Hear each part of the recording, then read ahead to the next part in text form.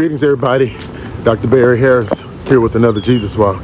Psalms 23 verse 3 says, He restores my soul. He leads me in the paths of righteousness for His name's sake. You see, in this scripture, life can drain us.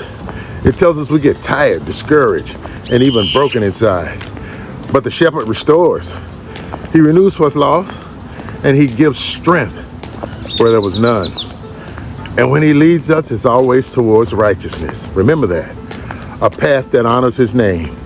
Even when we don't understand His direction, we can trust His purpose. Because when He restores your soul, He also renews your steps. And that's what makes us healthy and holy. Be blessed. J-Walk.